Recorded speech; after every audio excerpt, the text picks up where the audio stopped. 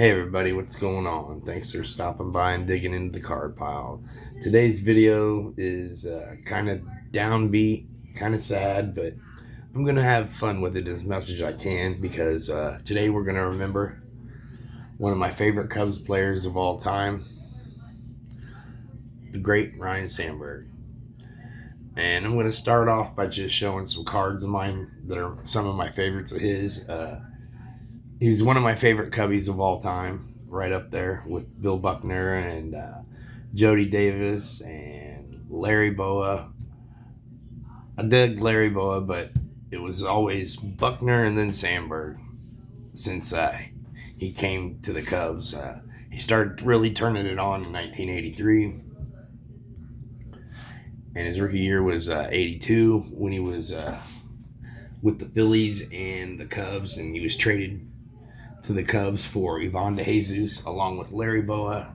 Sandberg came to the Cubs for Ivan DeJesus, and Ivan DeJesus was one of my favorite Cubs.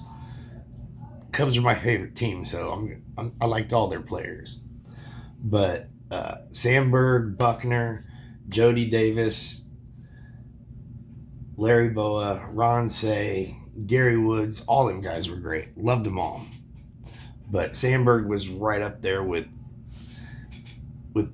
Buckner as my favorites. I mean, just I love the way Buckner and Sandberg played. Wish they could have played together longer. But Ryno was just, I mean, if you had to say it, he was the second coming of Mr. Cub. He was Mr. Cub for my era.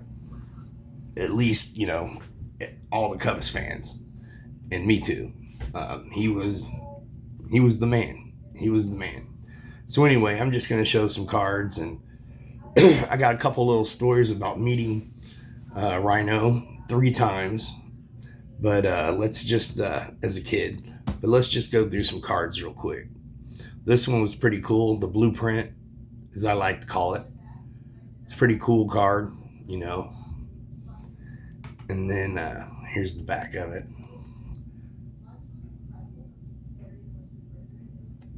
But yeah, just I just call this a blueprint card. It's probably got a different name, but I like that. Then we have Scores 1990 Man of the Year. Ryne Sandberg. That's a sharp looking card. Very cool looking card. And then here we have an Upper Deck Artist Masterpiece. This will go along with, well, this is in my Masterpiece collections. But yeah, I mean, that's a great looking card right there. Then we have another one. This is from the Dream Team. Ryne Sandberg, second base score. And this is a cool one right here. Got the eye on the ball. Another cool one, the Turkey Red. Well, anyway, I got to meet him 3 different times.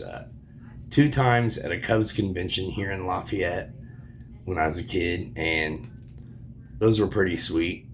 He was real friendly with everybody. Made sure every kid got at least a handshake and a hug and, you know, a high five here and there. Here's a cool shot right there. And it was pretty cool. The first time, Diamond King right here. That's a great looking card. And then here he is with another one of my favorite Cubs, Andre the Hawk Dawson.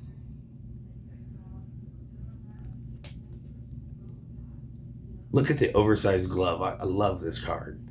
I think my buddy Warren D from the CLE, he showed a picture of Mickey Hatcher with the big old glove, and I thought, well, I'm going to add this card just so I can show it and see if old Warren likes this one. But yeah, this is a great looking card right there of Ryne Sandberg.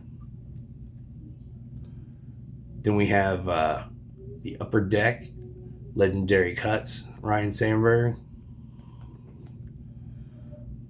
An old school Jimmy Dean sausage card from the set. Then we have his 83 Fleer rookie card, which is pretty awesome. Then I have this. My buddy Terry Burkhead gave this to me a few years ago. Autographed card of Ryne Sandberg from Topps. And it's the 35th anniversary. I don't know what's going on with the back there, but it's numbered 60 to 150. And it's got his autograph right there. And that's a pretty cool shot. Then the last one I have is his 83 Topps PSA graded 8. I have the Donner somewhere around here, but I was in not too big a hurry, but I was kind of in a hurry. Piece this together. But yeah, the Topps is the only one I got graded because it's my favorite card of his. Look how young he is there. Crazy. So anyway, as I mentioned, I met him 3 times at a Cubs convention, twice, and once at Wrigley Field once. But in 1984, they had the Cubs convention here in Lafayette, and he was there. Thad Bosley, the manager Jim Fry, and Bobby Denier. Bill Buckner was supposed to be there. He was advertised when it first came out, but he ended up getting traded, and that kind of broke my heart. But then I got to meet Sandberg, and he was super cool. And a lot of kids brought baseballs or cards for him to sign, and I didn't really want him to sign a card. And it just so happened that the Boys and Girls Club, who I went with there, well, back then it was just the Boys Club, but they gave each of us one of these balls made in Taiwan, and I was lucky enough to talk to Ryne Sandberg, and he autographed it for me, along with Jim Fry, Bob Denier, and Thad Bosley's on here somewhere. But anyway, so I got Ryno. This is like maybe the 3rd or 4th time since 1984 that I've taken it out of the holder. So I just wanted to show it, and it was real cool meeting him that day. This was before Sharpies and all that, so he just used a pen. And even though it's not a real official Major League Baseball, it's got the logos on it and his name, so that's pretty cool. So that was pretty awesome. And then I met him once at a Cubs game. He was over by the dugout, and we were like right there by the dugouts, I think 3rd row or something. And when he come up on the on-deck circle, there was like a wild pitch or something. And then the catcher, when he went for it, I think it was against, I want to say it was against the Expos. And I think the catcher it wasn't Gary Carter for some reason. It was somebody else. It wasn't Tim Blackwell. I can't remember. But anyway, the catcher kind of ended up hurting his groin, I would say, because that's where he was grabbing. So anyway, there was a timeout. The medical staff went out there, and Sandberg was in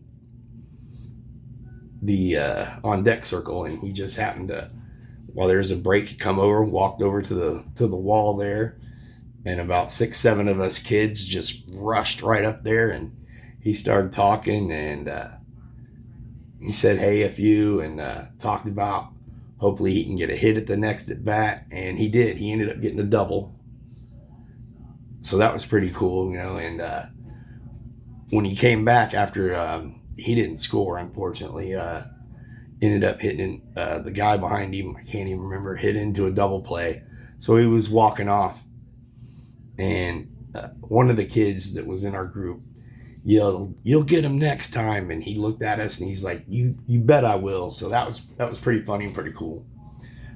He ended up getting 2 more singles that game, and he did score in a run, so that was pretty neat. The Cubs ended up winning 3-2, I believe, 3-2 or 3-1, and it was pretty cool. So that was the second time I got real close and met him. And then the last time was in 1988 at another Cubs convention here in Lafayette. And I was a kid. I was 17, and but still a Cubs fan, still wanting to go and hang out and see the Cubs players and all that.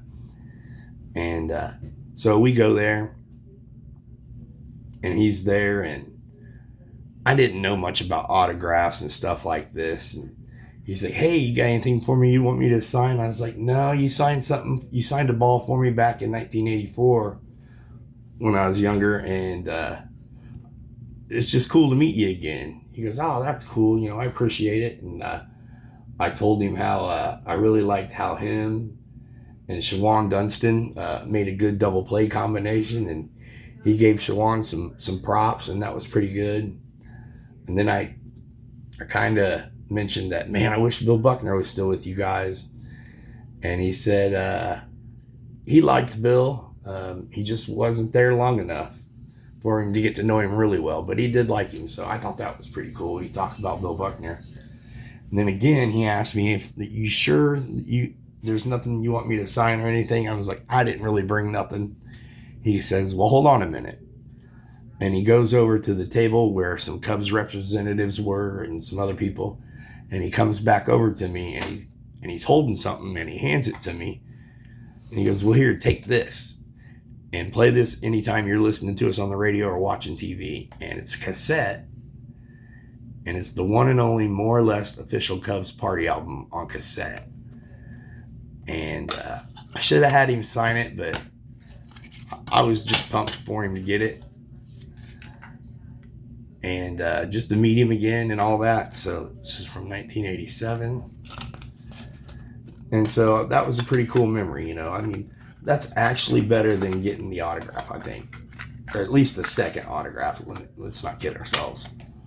So yeah, those are my two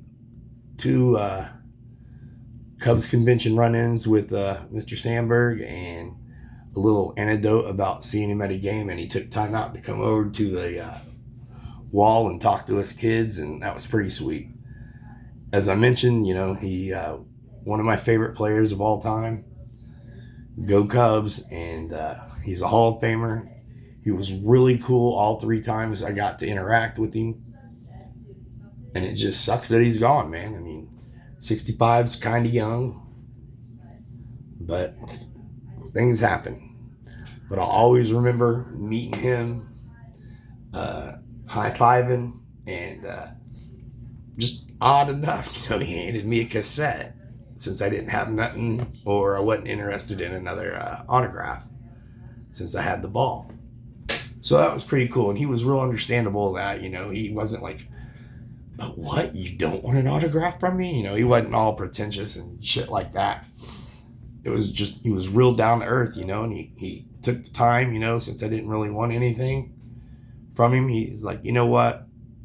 Went over and hooked me up with this cassette, and I think I've played this 3 times. I played it in 1990 once, and then I played it during their World Series run in 2016, and then I just played it the other night when I heard the news. So I hope you dug this video. I hope you were a Ryne Sandberg fan. Even if you're a Cardinal fan, you had to love Ryno. And it just, I was hoping he would come back and manage the Cubs. Just never worked out that way. But then again in life, nothing really works out. You just got to hope for the best. So I hope you dug the video. Please give this video a like. And if you haven't subscribed, please do. I'd appreciate it very much. And you all have a good rest of the week. And God bless y'all.